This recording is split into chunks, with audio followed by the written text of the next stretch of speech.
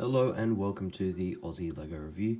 Today I'll be reviewing the 9496 Desert Skiff set. It was released in 2013, has 213 pieces, 4 minifigures, and back in 2013 costed $25 US and $40 Australian. The set has experienced some inflation, actually, averaging about $50 to $75 on eBay used and about $100 to $130 sealed in the box.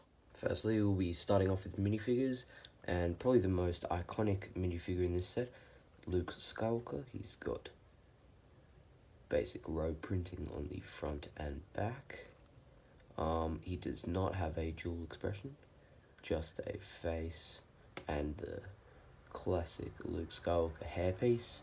He's got a green lightsaber resembling the Return of the Jedi. And yeah, that sums up Luke Skywalker. Next up we have Boba Fett, which is quite an improvement from the last Boba Fett we saw in 2010 Slave 1. He's got some new leg printing and even foot printing. A really cool torso printing with looks like to be like a thermal detonator. A cool new gun design I like, with the black hilted lightsaber on the little pistol. The same as average detachable jetpack, and a actually exclusive face to this set. Pull that off.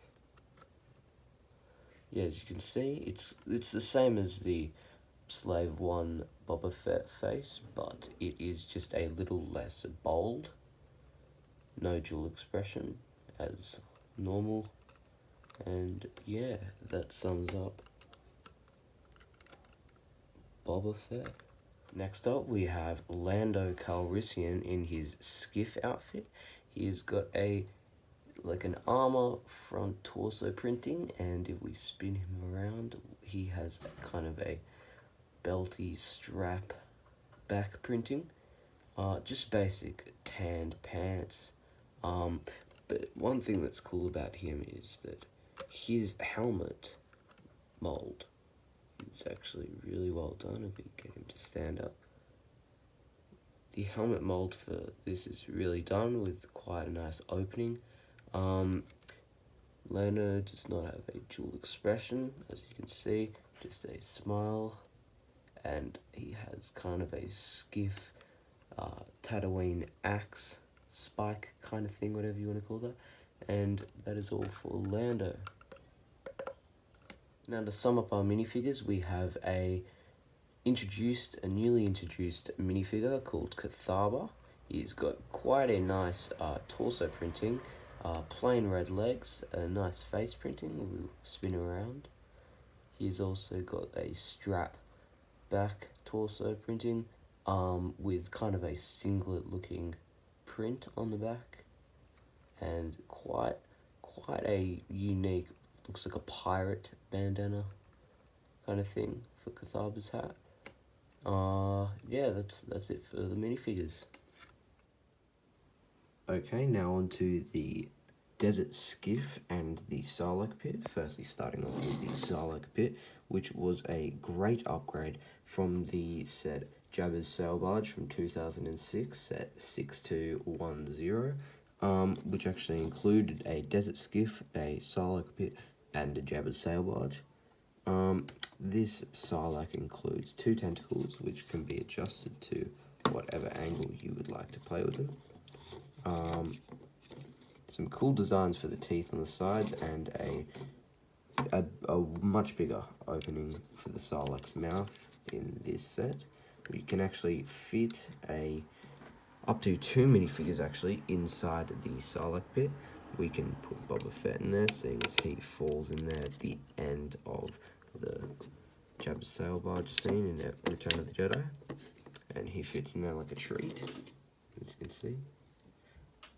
And now moving on to playability features of the Skiff, there is a gun locker, gun storage thing. I've put a lightsaber hill in there just because. There are the Skiff wings, or whatever you'd like to call these things. I don't know how to classify them. We have got a adjustable back rest thing for Cathaba when he is driving the Skiff.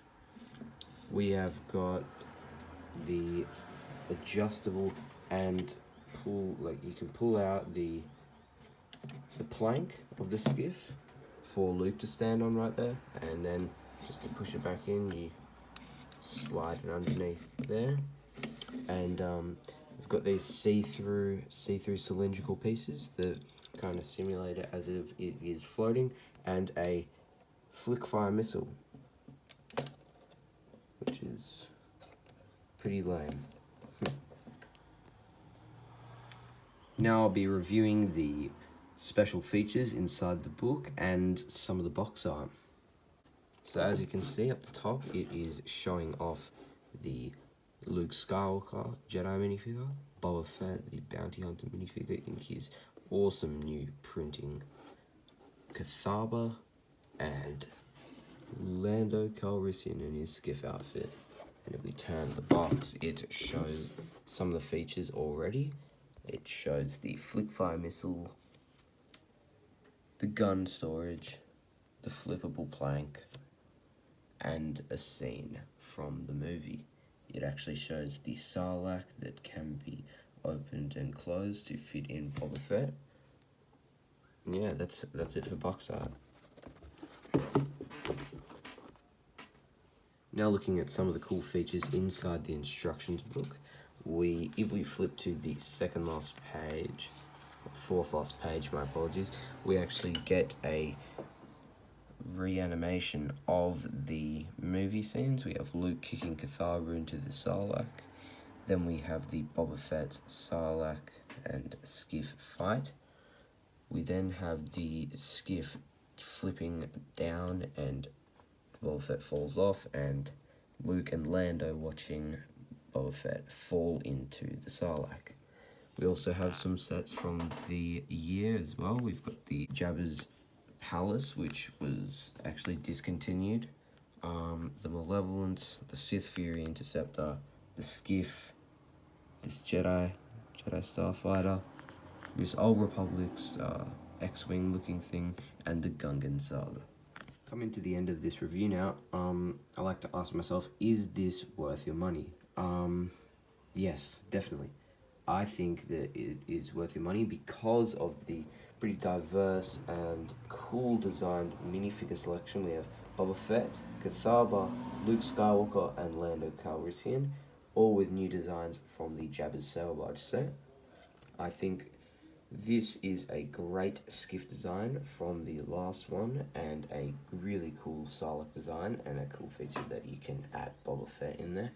And for collectors, whether you want to keep it in the box or display it like I do, I tend to collaborate this Desert Skiff set and the minifigures onto my Jabba's Sail Barge from 2013. Here are the two sets put together, the newly designed Jabba's Sail Barge and the Skiff design.